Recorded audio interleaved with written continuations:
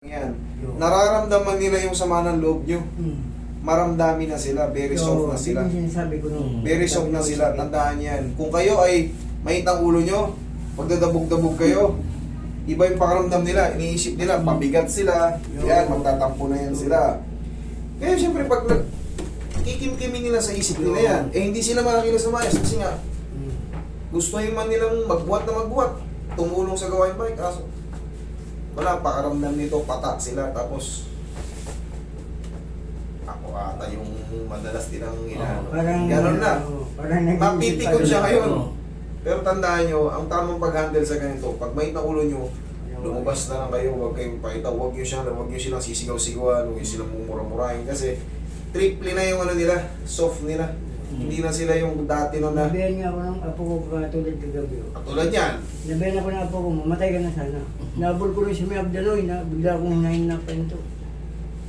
Huwag nyo pong gagawin yan sa ganyan. Sa Kasi, gigil ko no, sa gigil ko. lalo kayong maano yan, Kaya nga mapapano. ho, eh. Sabi ko sa asawa ko, ayaw kong makita mo ni apo mo. Ipo natin, ipikon ako. Hindi makakabuti yun sa nagpapagaling na tao na stroke. Kasi habang na-high blood dyan sila, siyempre yung bloodstream umaakit sa ulo nila, hindi sira na yung brain nerves. Puputok na naman yan. Pag pumutok yun, wala na. Second wave, hanggang third wave, fourth wave, relax. Pero bossing disiplina. Kita mo yung tatay ni Tonto naka-recover. Bakit? Ano nang kinakain niya? Hindi siya kumakain ng kanin. Soup. Yung mga gulay, tambog-tambog lang. Gano'n lang. Dagdagan nyo lang ng isda. Kailangan ganun lang muna para makarecover kayo. Katulad to, bago pa. November lang, January pa lang ngayon. Meron ka pang 3 months na magpapatherapy.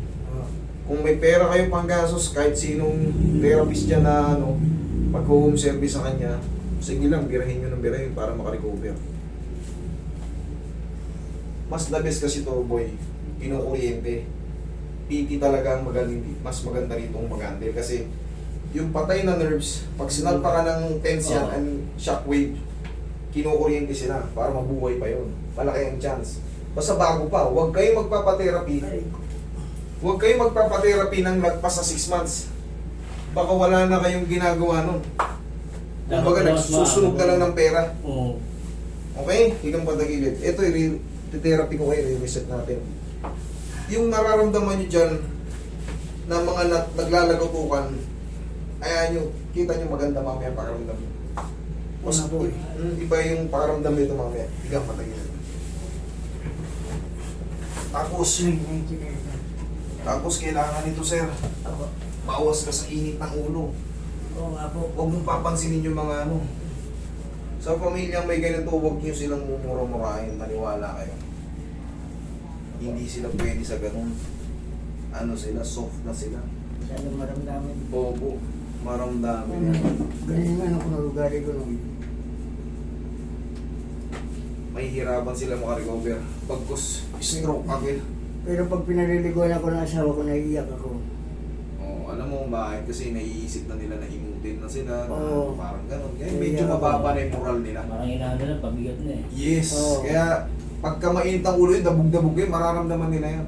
Kasi iisipin nila yung nila disability nila, yung hindi ko na kaya gawin. Tayo na dati kahit datlo. Kabila. Buti nga hindi. Dadalo yung dugo niya. Kahit mawala ng balance yung paa mo, ang mahalaga yung kamay mo kasi yung trabaho niya eh. Oo. Yung trabaho niya. Trabaho nga niya yun eh. Kaya yung parang pinanganap buhay niya. Kaya nga eh. Relax na. Kailangan makarecover yung kamay kayo pa. Inhale. Exhale. Yan. Yun. Sige. Sabihin ko may Unti-unti lang. Sige. Kung kaya. Okay? Sige. Baba. Sige din. Baba. Angat. Yan. Sige. Gusto ko makarecover. Sige pa. Baba. Kita mo?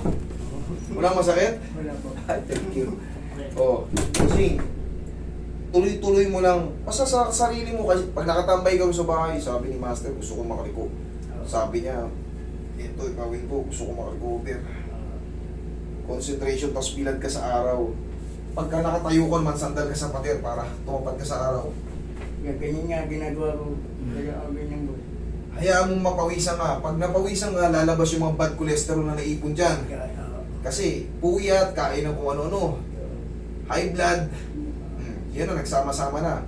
So, bilad sa araw, habang wala pang 6 months. Hayaan mong pawisan ka. Sige nga, kaya pa, sige pa. Kaya po. Sige pa. Sige pa. Sige pa. Sige pa. Hop. Baba. Mataas na. Mataas na. Masaya. Okay? Bossing, sige. Tuloy-tuloy mo lang yan yung daily routine. Okay? Wala, dapat ang sinama mo yung anak niya o kaya yung asawa niya para Ano kasi pre, ano ko ito eh. may mga pasok yung Sinermonan ko eh. Totoo, hindi. Oo. Sa mga mahirap mag-handle ng stroke. Tandaan nyo, kailangan nyo mag-adjust. Hindi. Ay, hindi.